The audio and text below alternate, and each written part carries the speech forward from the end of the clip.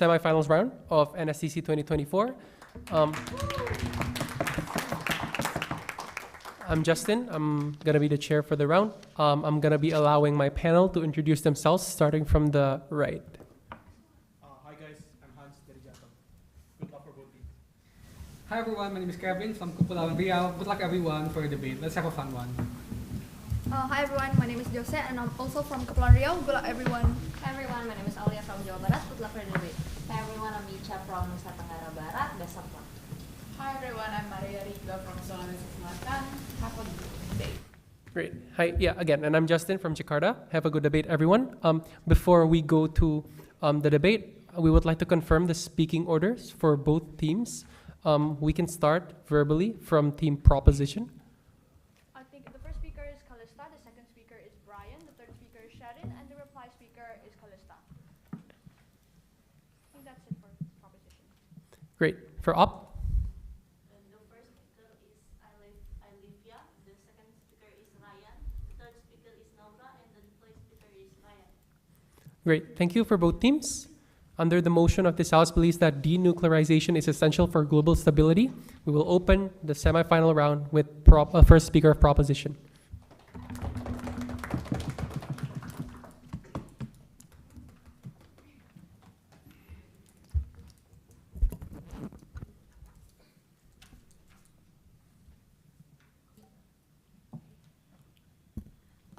Check, am I audible this way or should I increase the volume of my voice? Oh, sorry.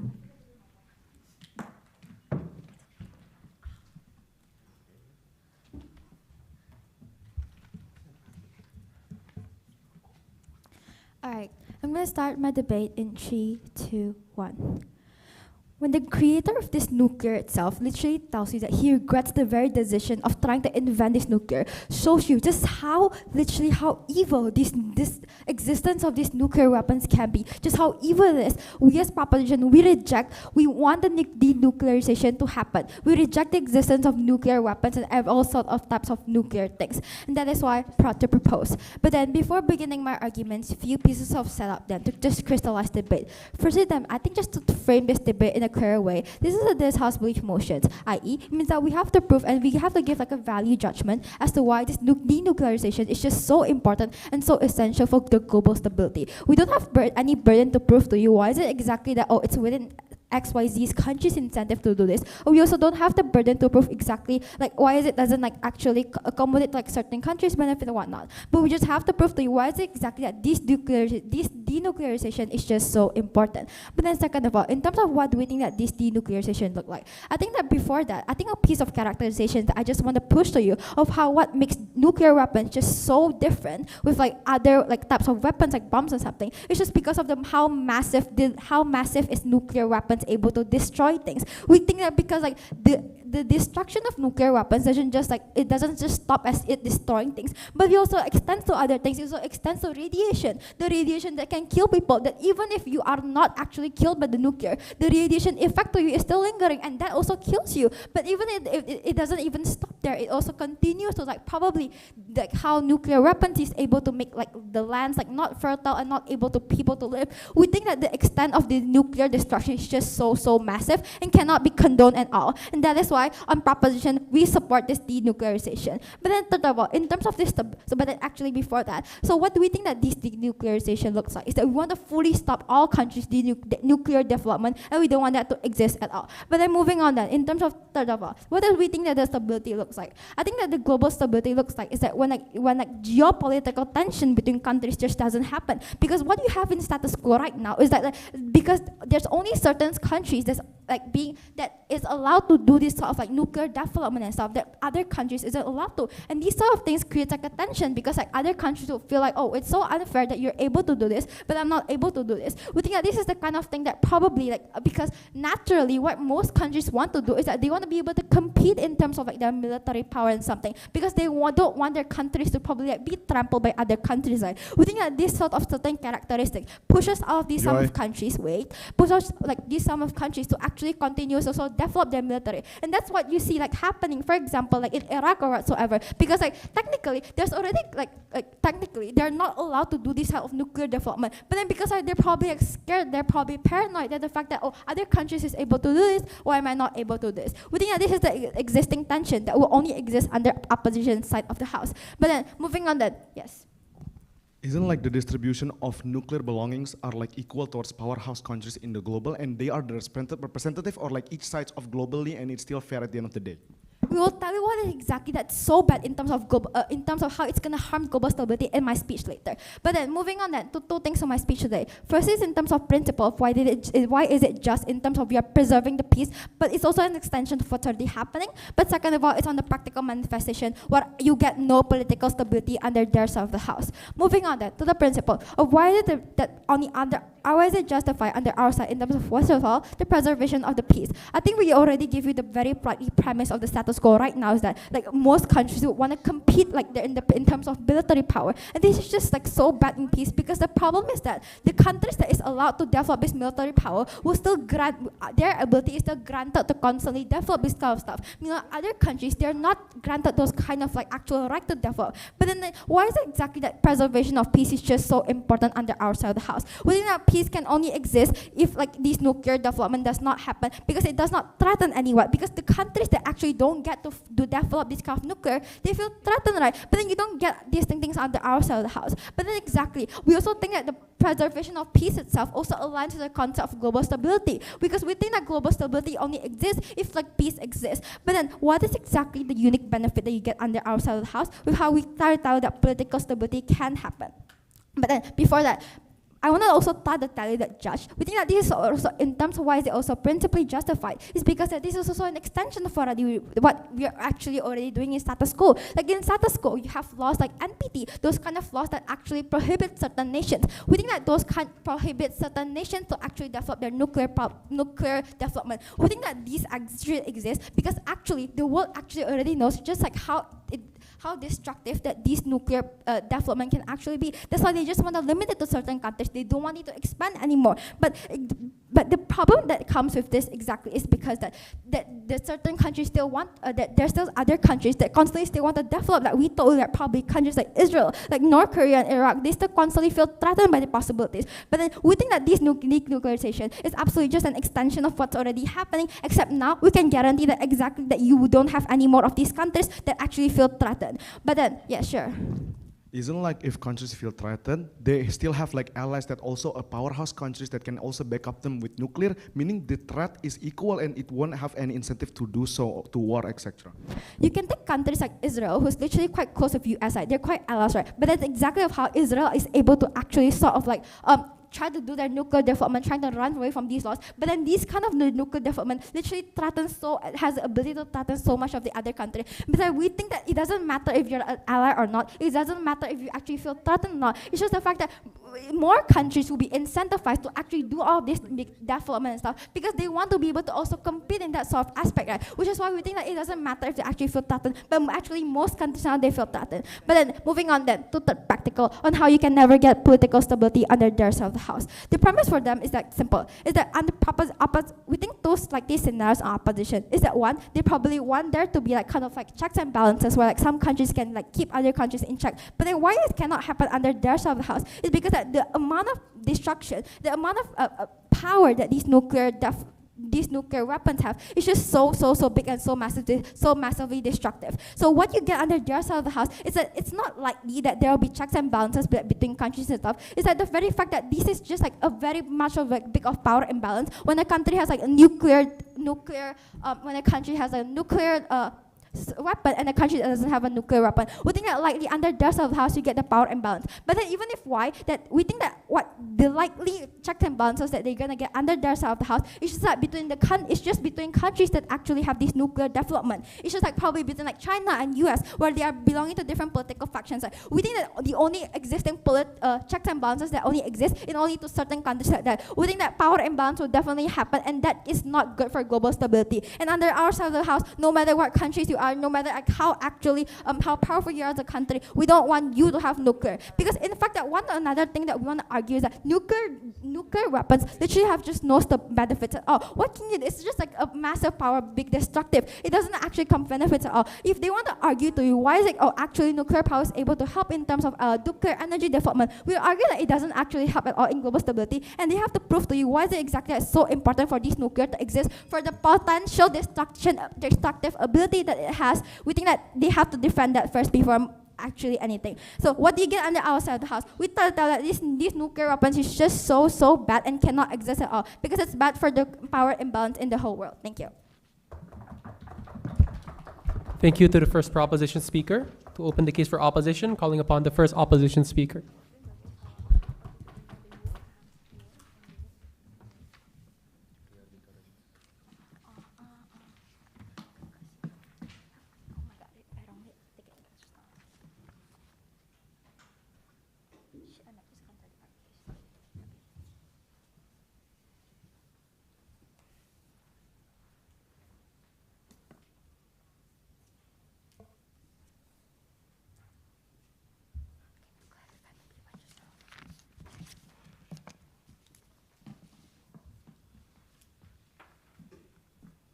Test. Okay. Is it okay to move the mic? Okay. The case. Okay. 3, 2, 1. Panels, we say that team proposition case are contingent upon the fact that these countries will give these nuclear weapons, for example, or they will create these nuclear bombs and create an explosion in the world and global and etc. Panels, right? We say that no, realize that there is such a not common situation to happen in the status quo, right? We say that exactly because North Korea has the biggest sort of nuclear power, but they do not are brave enough to launch it, for example, means that there are still other countries such as US that do have the power to do so. Therefore, there is an equal capacity between these two sides in the certain global certain global relation, for example. Therefore, we still say that it still doesn't prove how these nuclear power will be launched at the end of the day, right? We say that let's reframe this debate. The tension that is built between these global instability towards these countries is something that is structural, panels. We say that it also comes from ideology or problems like neocolonialism that's happening, for example, right? We say that even if you want to diminish nuclear for military competition, it will still be unfair, for example, because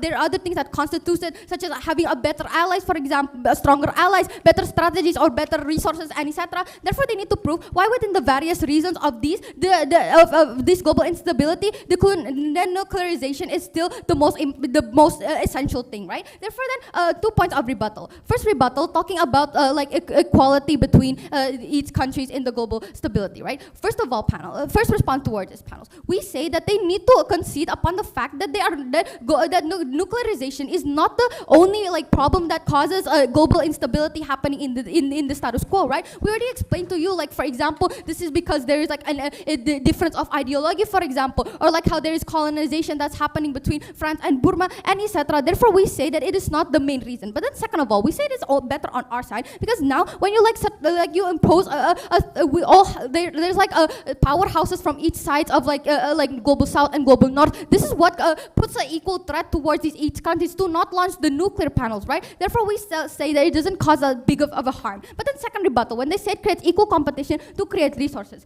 Two rebuttals. First of all, we say that exactly because now you do not have these nuclear power resources and etc. We say that this creates tension because now you have to find a replacement for these nuclear that's not also important for weapons, for example, but nuclear power and etc. We need nuclear, and it is we say that it is still fair and equal belonging to each countries because they still do each country still have a research development towards these nuclear power and etc. Therefore, second of all, it is better on our side because realize how we're able to keep having the trading from nuclear power that is happening between countries, and I'll prove to you in my argument how that happens and why is it important. 2 points of framing here. First of all, let's characterize what our side will look like, right? We say we will define global stability is there's less tension that exists between sides in the country, for example, or like and etc. Realize that global instability though panels come from different aspects and not only from nuclearization panels, right? I will elaborate that into our argument. Therefore, we will prove to you why nuclearization is not the most essential thing. But then second of all, we say on our side, on goal and side proposition, it's just to prove why denuclearization is not the most essential thing or not the most effective way to increase global stability. Therefore, we do not need to prove why other aspects such as ideology,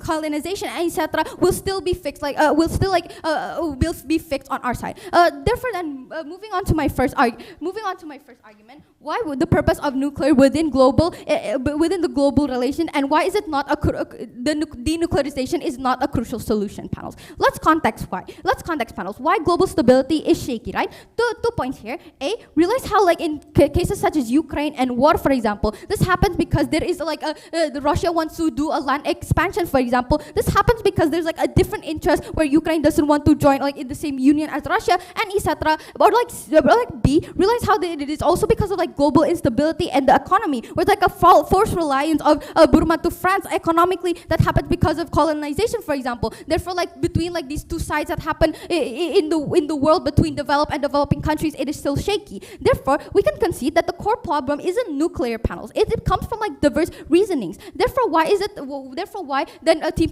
position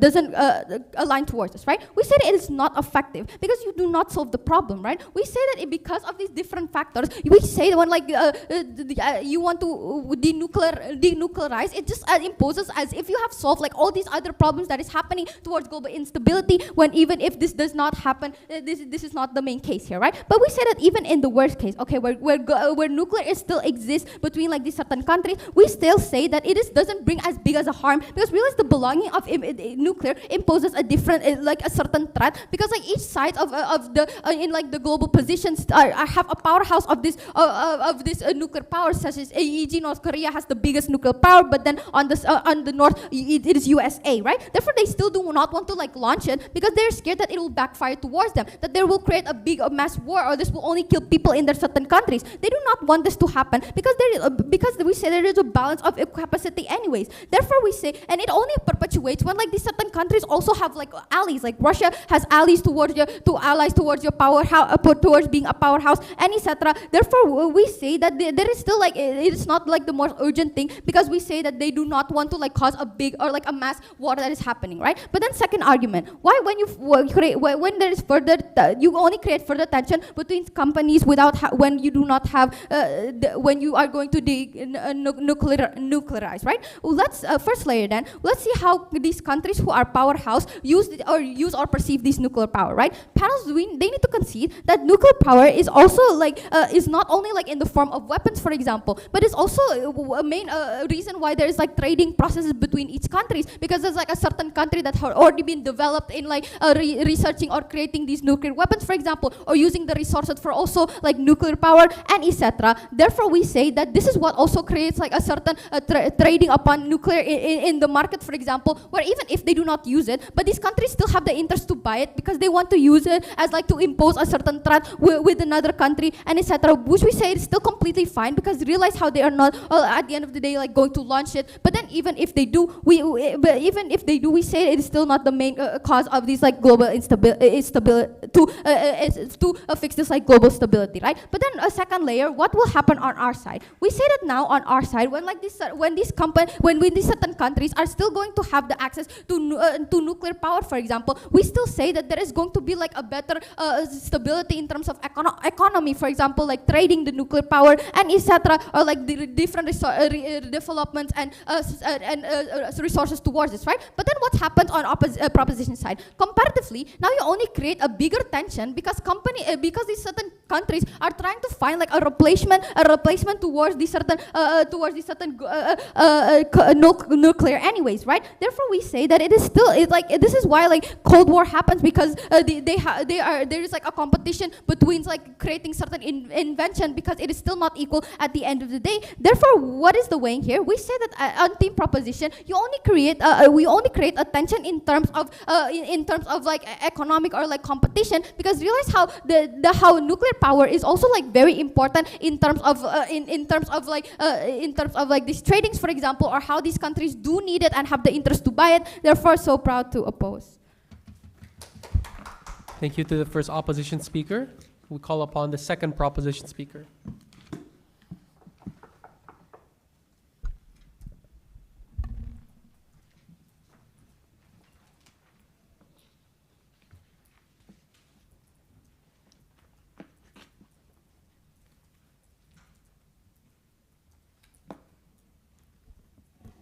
Check, check. Am I audible? Okay.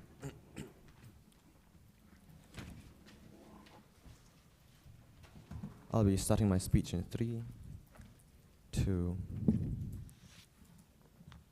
1. Panels, imagine yourself the father of a child who lives in Ukraine right now, with the looming threat of nuclear war always on your side, always above you, in which anything made towards Russia might threaten your entire livelihood simply by virtue of Russia owning nukes, wherein the threat of nuclear war always looms whenever the topic of US and China or the US and Russia is brought up, wherein all nations fear these bigger nations and are under these nations' thumbs simply because they could not have nuclear power before the signing of a non-proliferation treaty. This is a world that we vehemently oppose on said proposition, and this is why denuclearization is a must to ensure global stability.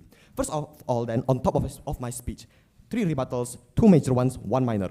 Firstly then, is regarding why side opposition thoughts on how nuclear will never have a chance to be used because of nuclear deterrence. No, we think that, first of all, bigger countries can still attack smaller countries. Take, for example, Israel versus Palestine, in which Palestine is a smaller force against Israel. Israel is developing nuclear power, and this is why not many countries in, let's say, the Arabian Peninsula or in the Sinai Peninsula can actually attack Israel because of fear of nuclear deterrence later.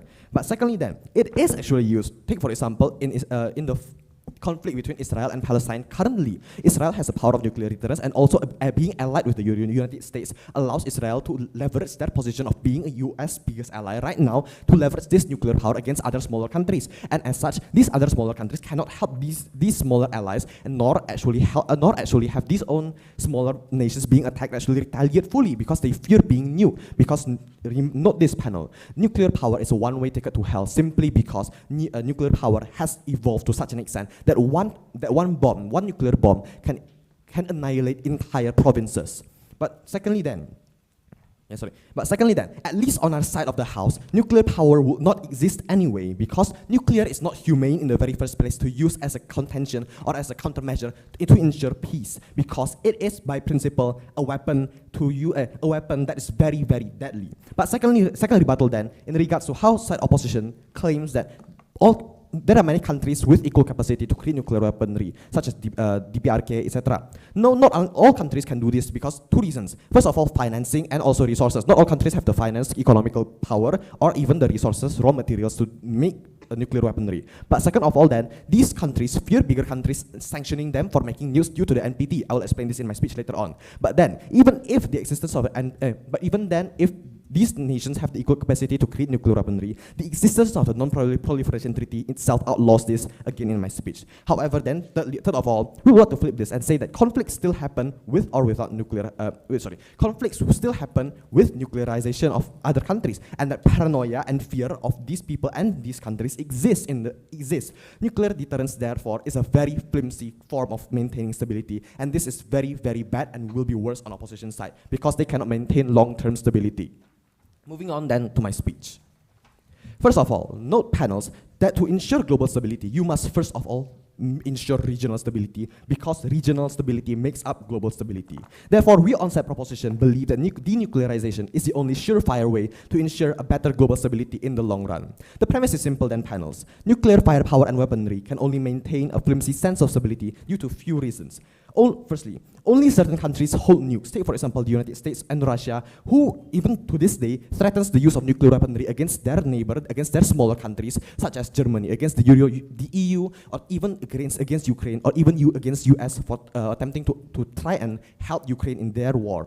They have nukes before the Non-Proliferation Treaty or the NPT, and therefore they own these nukes. But then, notice how these countries are usually developed nations with resources and economy. Thereby, developing nations rarely have nuclear for the reasons as given before, i.e. finance, economy, and also the NPT. Stability, therefore, is only kept by fear by these larger nations, which causes tension amongst all other nations. Obviously, who wouldn't feel tense, panels, when you are under the constant threat of nuclear war or fights when you want to go against these countries? Again, take for example the Russo-Ukrainian war, in which everyone currently fears nukes flying everywhere from Russia and or US simply because Ukraine is fighting back against Russia and the United States wants to help Ukraine.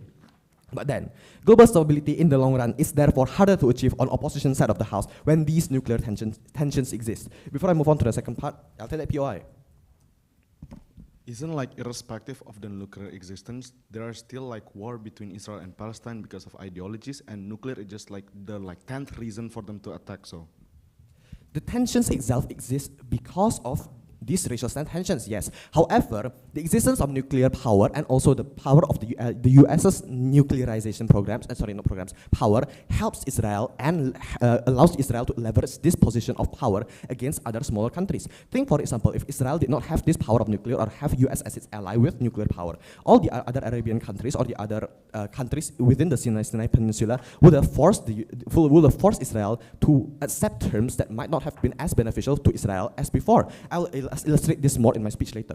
Moving on then to the NPT itself, or the Non-Proliferation Treaty of Nuclear Weaponry. It calls for the denuclearization of all countries who sign it to not make new nukes. So even in the status quo currently, it is already considered the best way for stability. Denuclearization is already considered the best way for global stability in the status quo itself.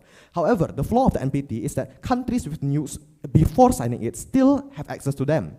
Therefore, there is a global stigma and the upholding of the NPT by the United Nations, which means that no other country can make nukes or level the playing field nuclear-wise, which is why the entirety of side opposition's points regarding how nations can make nuclear power has fallen down.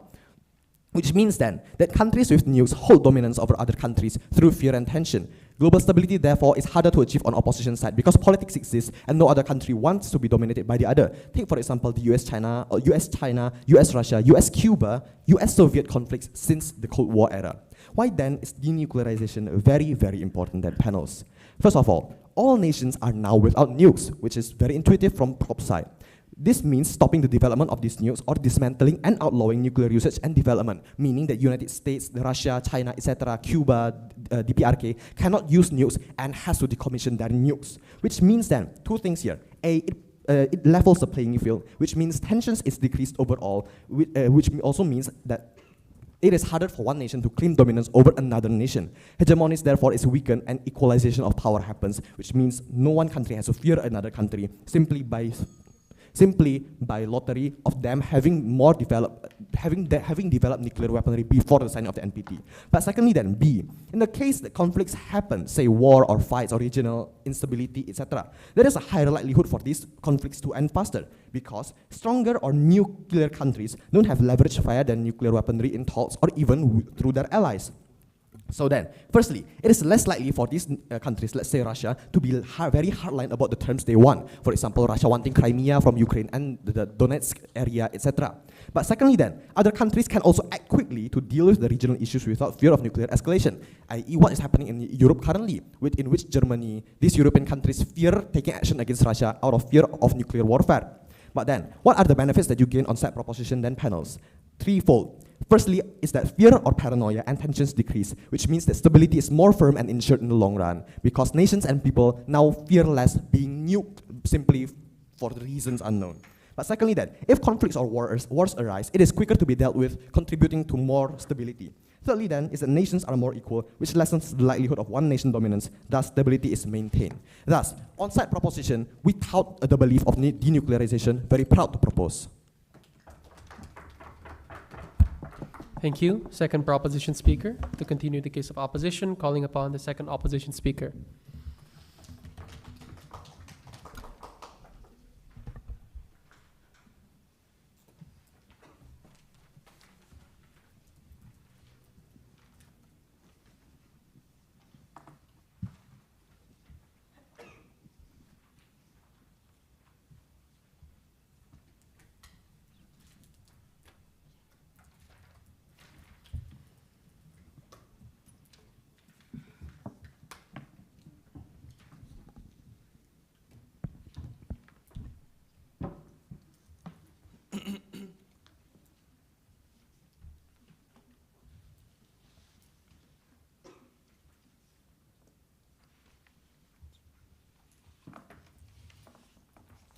I'm going to straighten the burden of proof in this debate. The proposition has the burden to begin with to prove why then, even if when nuclear weapon is not being exploited and the existence only is already dangerous to begin with. They never even explain that, and they're always playing on the best case, like if this very like going to be exploited by people, like to begin with, this isn't happening even in the status quo. Like even Israel isn't attacking Palestine because they have like nuclear resources and etc. But they do so because of like ideologies and etc. And I'll explain even more in my responses. And on our side, we only have to prove why then nuclear isn't the reason for you to establish instability. And we have already even proven that like there's so many other instability causes, and like nuclear isn't only like A is not the answer, and B, it is also like the reasons why then this should be maintained at the end of the day. Therefore, notice panels, I'm going to point out that all of their cases only hinge on one likelihood only then, regarding how will the nuclear weapon is going to be exploited, and it will be like causing war and inequality and etc.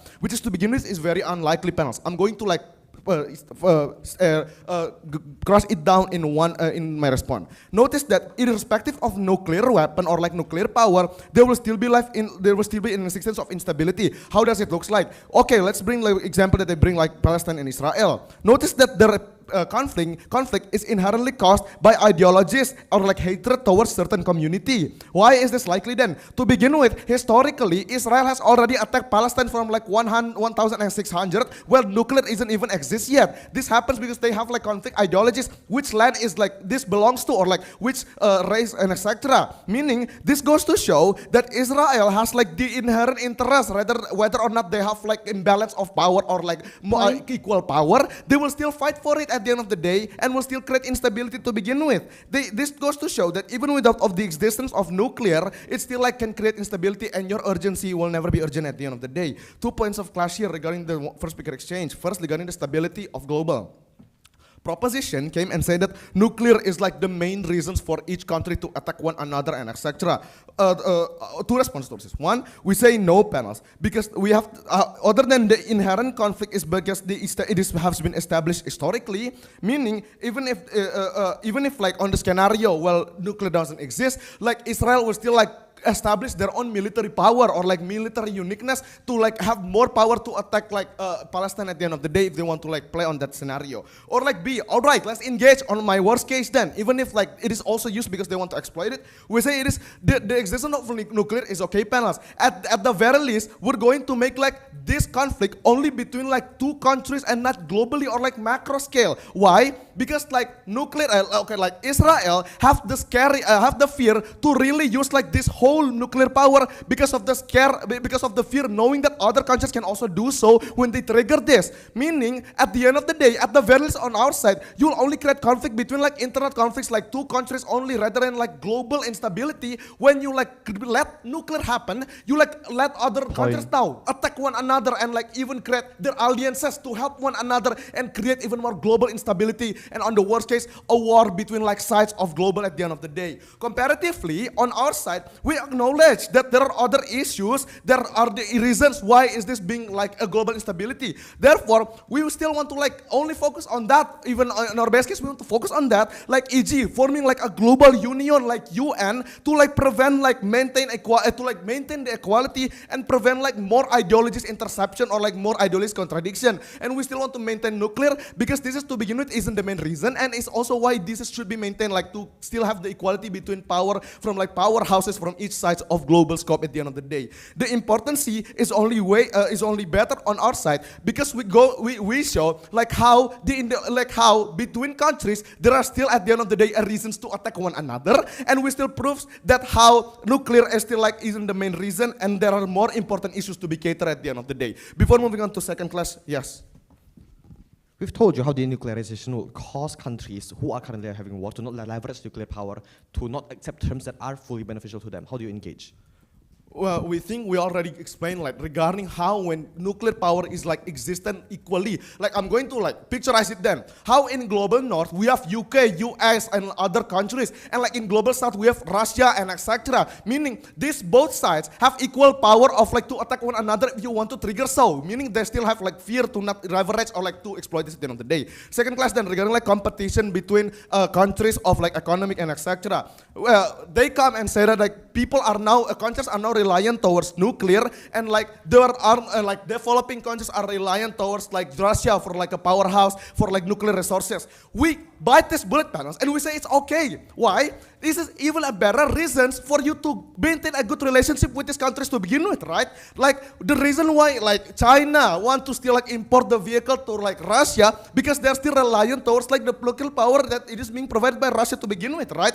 They have like no reasons to attack one another because they still rely on like certain resources and etc. But then it is worse on you because you will only like create, there is no more like reasons to be reliant towards one another, and you create an inherent competition now where you are going to like fight to fight indirectly towards like which countries can create more innovations, which countries can create an independent establishment of like replacement of nuclear. This is like almost in line with the Cold War itself, where you like innovating towards one another and like you want to prove one another and it's only increasing the tension and creating global instability. And B, the manifestation on your side, if it's already proven and like more like one countries have made their own establishment of like replacement of nuclear power, it will to begin with will like create more likely exploitation on your side. Like e.g., if you want like US now doesn't have nuclear, now they will like create more sources from like lithium and like only the one that has this kind of resources that they can exploit because they're the one that can only establish it and like can monopolize it rather than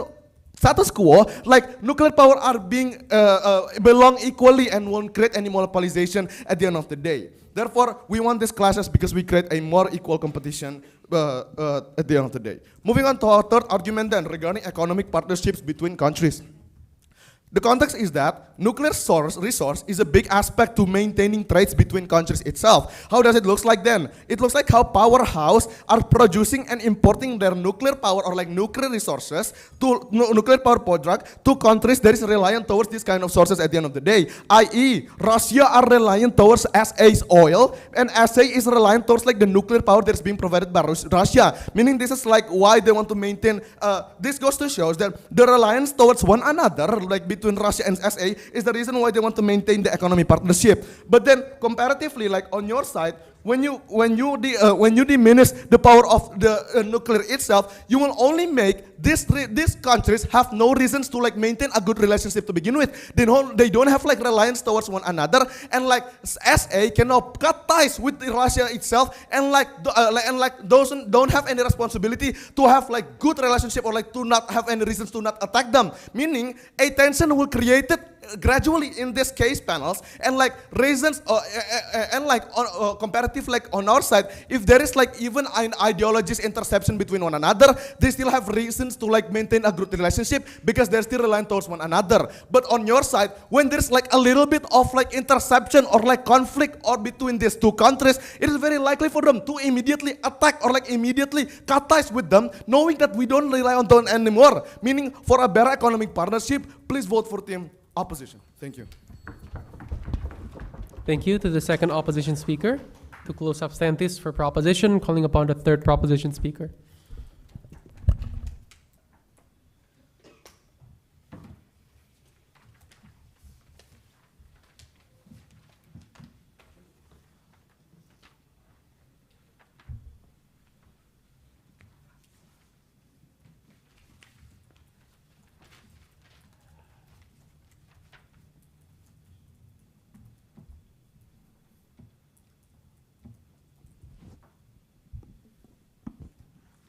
Am I audible like this? Okay, good. My pronouns are she, her, and anything I say in this speech is just not a reflection of who I am personally and my personal opinions. This is just for the sake of debate. Please note that. Yeah.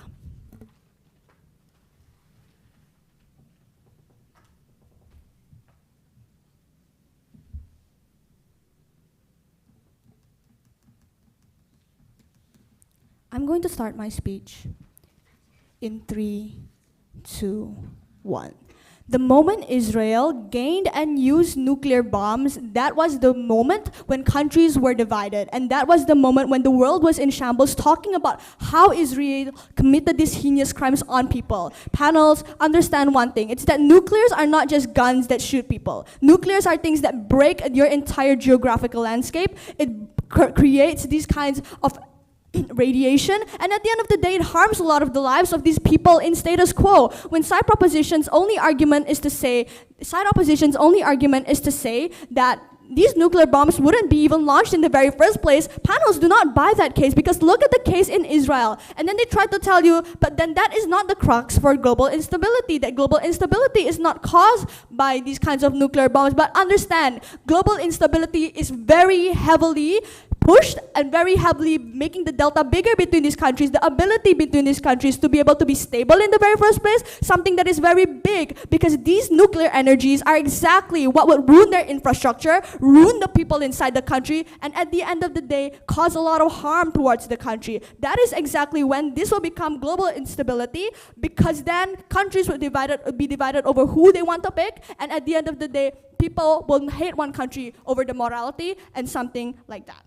But then let's move on. 3 clashes in the debate. Let's first of all talk about the morality of nuclears being used in the very first place. Side proposition brings to you that nuclears are something that are very okay to use. We already, side proposition has already told you that nuclears are something that we should not use at all. That nuclears are different from regular weapons. They cause mass harm. And due to that, it should not be, number one, something to be used as a leverage. And second of all, it should not be used and should not be taken risk of to be able to use this in harm in the very first place. Because notice, panels, that in status quo, the fact is that throughout history, no matter how people say this will create global stability, it's the fact that people do still bomb each other. People do create nuclear wars. Side opposition cannot simply play on the fact that nobody will be using these weapons. It's such a worst case scenario. Panels notice that that is not the case. Even right now, in this very moment, there are people nuclear bombing countries in the world. But then they try to tell you that because it's these big countries, moving on. Then let's talk about the morality of we're talking about the morality, right? Why using nuclears is something that is very morally good or morally bad. They try to bring to you then that in terms of economy, people would really need this nuclear energy. Nuclear energy is something that's very necessary for them to be able to push on and be able to use this, and people would really appreciate having nuclear energy. But panels understand that in status quo, nuclear energy is not the only energy available. We don't understand the urgency. Understand that in a lot of status quo, there are a lot of things like wind energy, solar energy, and whatnot, and we don't understand why nuclear power should be something that we should prioritize in the very first place. And because of that, we think that their morality is not at all justified. The morality of using nuclear that is very harmful in the very first place should not at all be justified. In terms of the clash of moral justification, we think we win. But then second of all, in terms of political tension and stability, what does side opposition bring to you? They bring to you that people are very, very likely to be able to, that this side opposition brings to you that these people are very likely to, have these reactions towards the country and say that, yeah, these countries, 2 big countries, have nuclear power. And due to that, there's going to be check and balances in where people believe that, yes, they're not going to bomb me because I have bombs, and I'm not going to bomb them because they have bombs, and it'll cause something very large in scale. And that's the only analysis they give you. But panels, notice we already explained to you that the only existing countries are not these big countries. It's the fact that these tiny countries with no power or no ability to develop nuclear power in the very first place do exist. And that's what's happening in status quo. We've give you the one example in status quo where Israel and bombing Gaza and Palestine. Palestine has no power to be able to give these kinds of nuclear powers in the very first place. And due to that, the simplicity of this case is very simple. It's the fact that we're not here to talk about how these big countries are operating, but let's think about the small countries. The people who are now harmed in these countries, the tiny children in there, are the people who have no power to be able to make their country bigger in the very first place. When that is the case, we think it's much more reasonable for you to believe in side proposition, where we try to tell you these tiny countries have no way of being able to, protect themselves. Let's take the POI. All right, if you really want to protect the vulnerable actors of these tiny countries, you haven't even explained yet, even without the nuclear sources, they will still suffer at the end of the day because this is an inherent cause and structure issues for them to attack one another. I already told you on top of my speech why nuclear energy especially is something that really creates the rift between these countries and the power imbalance in the very first place and the instability. It was very clear on top of my speech. I don't know why that is still a contention. But let's move on. Then let's talk about how on our side of the house we help in terms of global stability.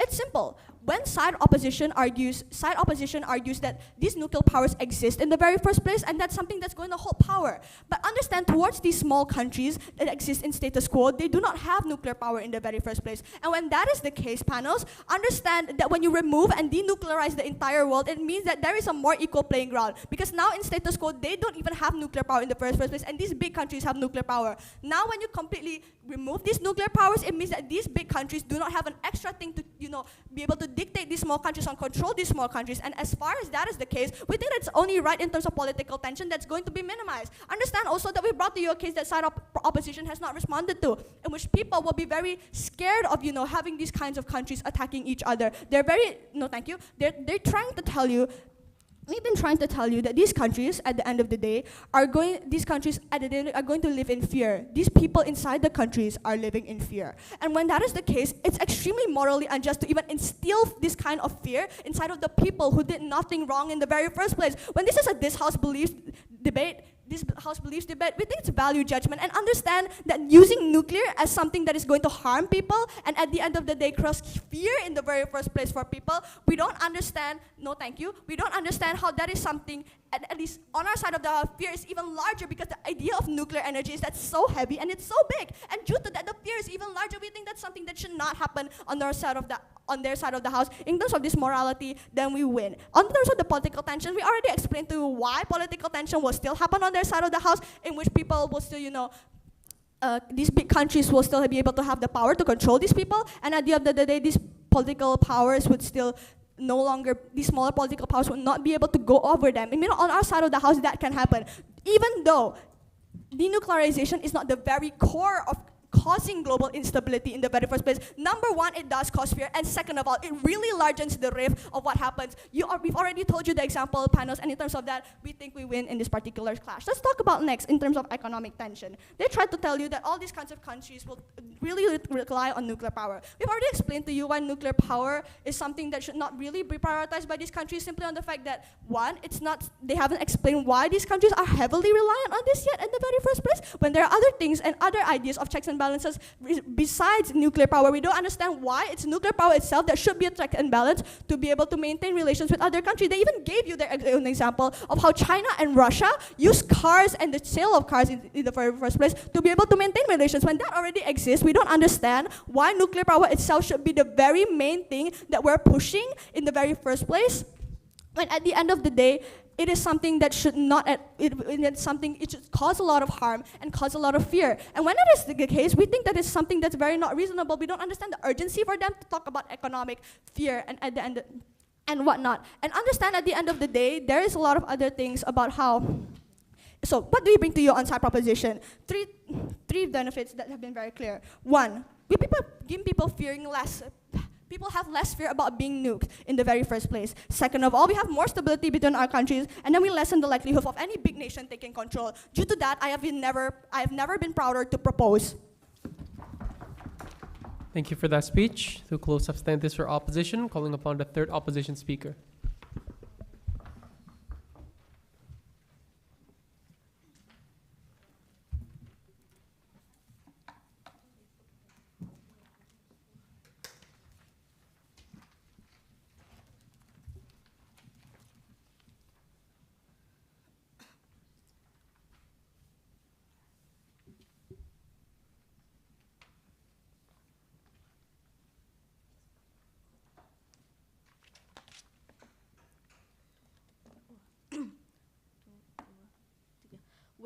When we already explained to you that the main reason why the war happened, for example, is not because this country have nuclear at the end of the day, we say that we should win this debate. Sorry, third prop.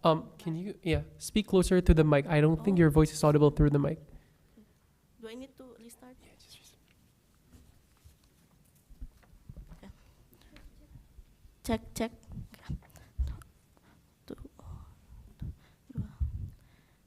when we already explained to you that why the war is happening, for example, is not because this country have nuclear at the end of the day. Therefore, we say we should win this debate. But but on their side, they never engage to this case to this case at the end of the day.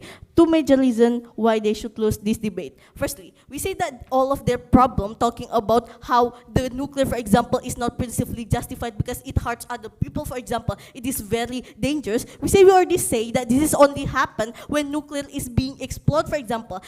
But we already explained to you that this is not very likely, right? Because there's an organization for the world peace, for example, such as PBB, that will be against this, when certain country want to explode the nuclear. Exactly because the harm is very big, for example. Therefore, it's not very likely for them to actually want to explode the nuclear at the end of the day. But then even if, for example, it is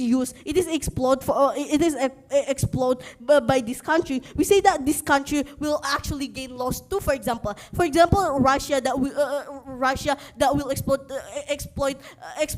their nuclear at the end of the day. We say that they will still gain backlash, for example, by other country. The fact that everyone knows that how this nuclear, for example, will make a lot of harm. It have radiation at the end of the day. Therefore, we say that other country, for example, that have the relationship with this Russia, when they explode their nuclear at the end of the day, this country will, for example, cut off their relationship at the end of the day. Therefore, we say that even if the nuclear is used, the country will also gain loss and gain backlash at the end.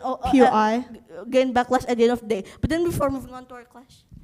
If it is a small country being attacked with no power to be able to push back or retaliate, why would it then still be the case on your side of the house? We say that from the first place, from the first speaker, we already explained to you that the country that have this nuclear, for example, came from different sides. For example, the Russia that came from South Global and the US come from North Global at the end of the day. Therefore, we say that this is what create the power is not going to be the imbalance at the end of the day.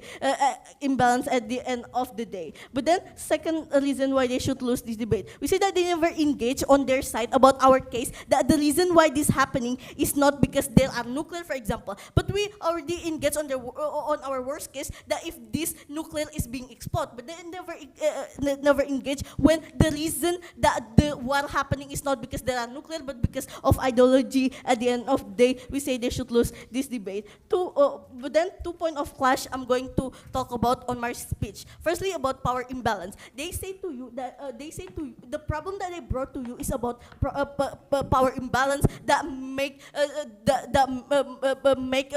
all the war happening, for example, because only certain country that have this nuclear. To respond for this, firstly, we say that power imbalance already happened in the status quo, right? How, for example, US have power on the economy, or China have power on the technology, or certain country without nuclear still have the power on their military. Therefore, even if the nuclear is there is no nuclear, for example, this war will still happening because certain countries still have power on their military, even if it's not on their nuclear. Therefore, we say that the solution that they brought did not actually solve the problem that their problem about power imbalance. Why? Because on their side, they actually never explain how this power imbalance implement in harming the global stability at the end of the day. Therefore, we say that they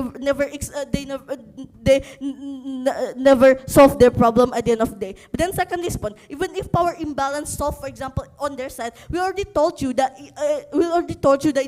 on our LO that the reason why war happening is not because this nuclear, but because, for example, different ideology, or how certain country want to taking land from other countries. Therefore, we say that without this nuclear, war still happening, and we say that this is not the essential needs that to stop the war at the end of the day. Therefore, we say let's weigh this class. We even on our side, we already explained to you that the reason why the reason why this is not essential is because this is not the main reason why the war happening, for example. But war happening. Therefore, we say that we win on this clash because denuclearization is not essential for global stability because this country still have the power at the end of still have the power at the end of day. Still have the power at the end of day. Therefore, we say they lose this clash. But then moving on to my second clash about practical benefit, they say to you that practical benefit that they will achieve on their side is about check and balance.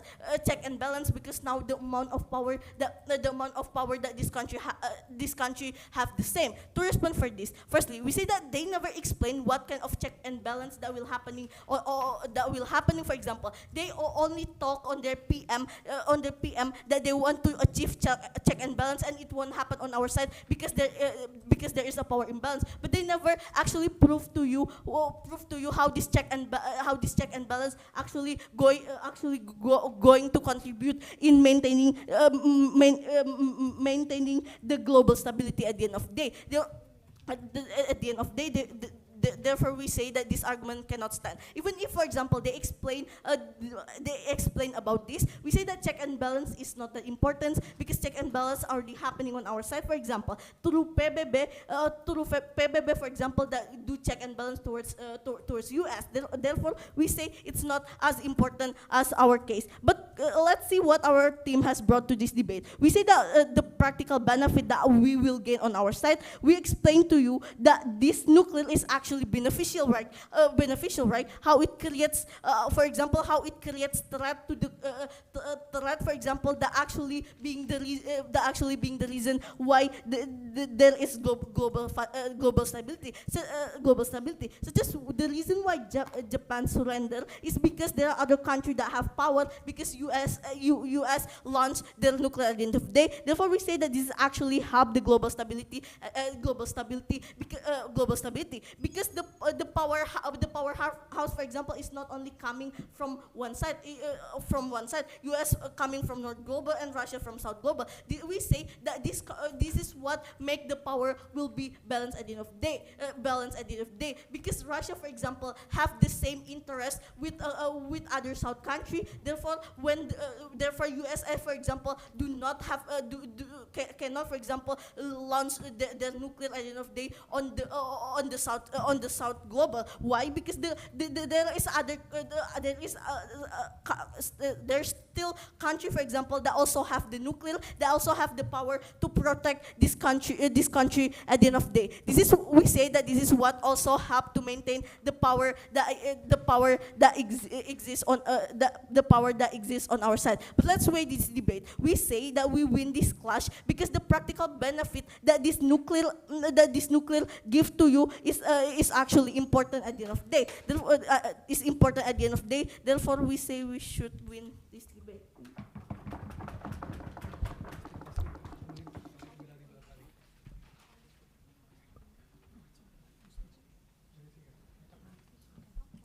Thank you to the third opposition speaker to close the entire case of opposition, calling upon opposition reply.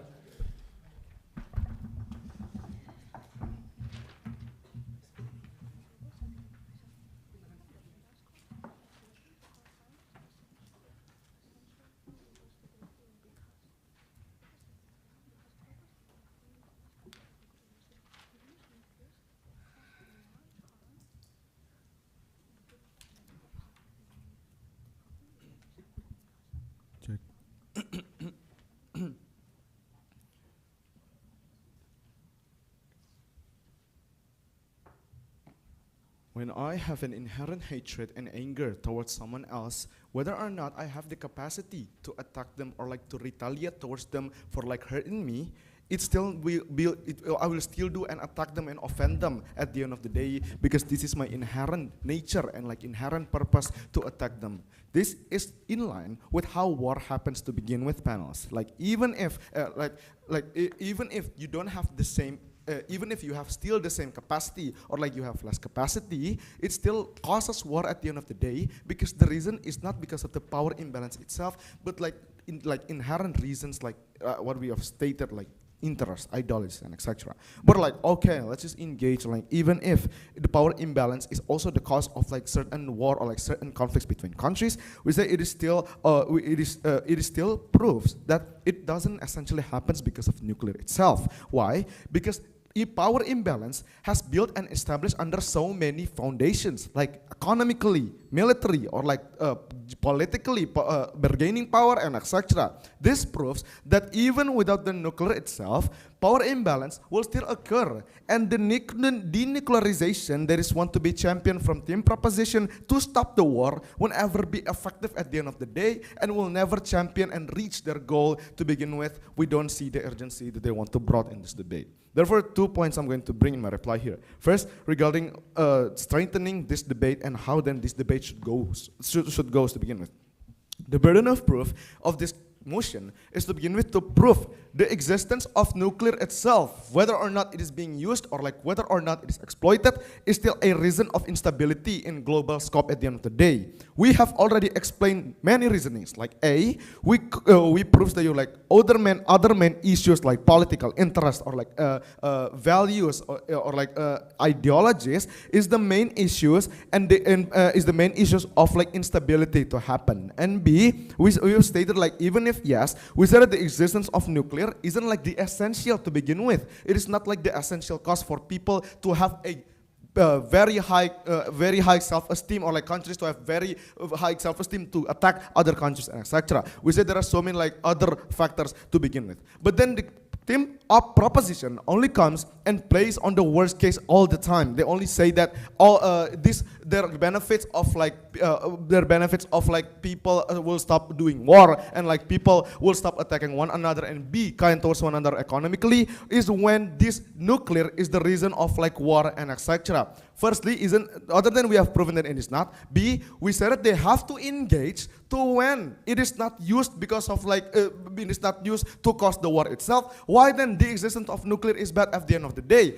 Until the end of this debate, it is still left questioned and unexplained how then on their opposition side the existence inherently itself is bad at the end of the day. But then let's see then, other than this principled burden of proof that we already proven deeper, the practicalities like on our side regarding the nuclear benefits is even better. Like how we have already explained how nuclear is being like a reliance towards one another of countries to like maintain their relationship. The tipping point is the instability itself. When you have nuclear as a reliance is a reflection of you to have a good relationship between one another. This shows that when you have reliance, you have the interest to not easily like attack or like to easily create conflict with one another, because you still want to maintain what you need from them. But on their side, we have already stated, and they never respond towards like how then on your side people will still have the good relationship even if they don't have reliance towards or like through the nuclear sources at the end of the day. We want this debate because we have an already clear goal and we have already clear stances. We have proven towards you why then nuclear existence itself is okay, and why then there are so many factors and issues for like the instability to happen. But they never engage to any of that, and for a better global stability, please vote for team opposition. Thank you. Thank you. And finally, to close the entire debate, proposition reply.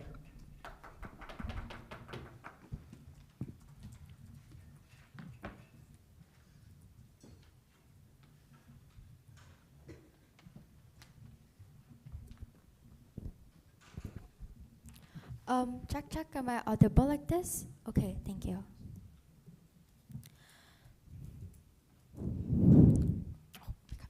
I'm gonna start my speech in 3, 2, 1. Proposition's problem identification from this debate, from the very start of this debate, has been very clear. Is that what's happening right now in status quo is that likely that our issue isn't even about just like the war or something. It's about how most countries right now react to it, of how most countries feel threatened or feel the need to actually try to maintain their military abilities. And that's why, that's the reason why many countries also, despite the already existing growth that we tell you about like NPT stuff like this, that most countries still want to develop their nuclear their nuclear weapons and whatnot. We think that the problem identification from proposition has been very simple from the start. That is the tensions between the countries that will disrupt the global stability. That has been the very clear metrics from this debate. No, we're not trying to solve like some kind of like issues of like stuff like other like smaller countries that opposition tried to bring to you. That's not what this debate is about. But then how did they respond to our problem identification that we push? They simply just say, oh, actually, war happens because of so many reasons. But then notice how this doesn't even deal with actually the crux of the crux of our argument. Well, we try to tell that that is right now in status quo. That's how most countries react to it. That's not a worst case scenario. That is just the fact that most countries feel like that. So, but then moving on that, the two clashes in this debate. First is in terms of the principle, but then second is on how which side is able to achieve better geopolitical stability. First is then in terms of principle, we tell two things here. Two things which has barely been engaged at all in opposition side of the house. Firstly, we thought to tell you why is this essential in terms of the preservation of peace. We thought to tell that this is a piece of like not having these nuclear weapons is actually a prerequisite of stability. But then second of all, we thought to tell you of how this is already an extension of what's already happening right now. Things like NPT, because most right now the world understands of how this is likely able to kind of like disrupt the global stability. That's why rules like this exist. That's why NPT like this exists, because they want to understand that these existence of the very existence of this nuclear development something is something that has a very ability to threaten the stability of this world. And that is why we think that it's very justified that denuclearization happens under that premise. But then moving on to watch which side is able to actually achieve this sort of geopolitical stability. What the opposition tries to champion to you here, they bring to you like simple things of how, oh, actually nuclear development is so beneficial in terms of trade and whatnot. But notice how they didn't even actually try to prove to you of why this actually not essential at all to this like global stability. The things like the benefits that they bring is actually on most of them is actually so intangible and does not actually help their case at all. But then what as we as proposition we try to bring to you? We try to bring to you how with the very existence of these nuclear weapons itself is how power imbalance can further be exacerbated. It's the fact that the countries who actually have this nuclear development, they can able to use these nuclear sort of weapons as sort of like leverage and something, and they can be used to instill the fear and of how like weaker countries can actually feel threatened and whatnot. We try to tell that power imbalance will obviously exist, and that this is so much more exacerbated by the fact that by the existence of these nuclear weapons itself. We try to tell that under our side of the house, whenever you don't have this comparatively under our side of the house, when the existence of these nuclear weapons does not exist at all, it means that no other countries will have to actually feel sort of like, oh, is my military power not good enough? Oh, their military power is so much better because they have these sort of nuclear weapons. We try to tell that these politics will not exist at all under our side of the house. We try to tell that only under our side of the house, that all countries, there won't be any more imbalance of power in terms of which countries actually have this actual nuclear ability. Because we try to tell that even this nuclear ability is just so imbalanced in power, is because that only the fact that only those big countries and those powerhouses will be able to achieve this kind of things. We think that the power imbalance under opposition is just so much more significant, which is why you should vote for proposition side insofar that we can prove to you why is it exactly that this denuclearization is just so much important for the global stability proposed. Thank you everyone for the wonderful debate. That is the end of the round. Cross floor, shake hands, and please wait outside as the judges will deliberate. Thank you.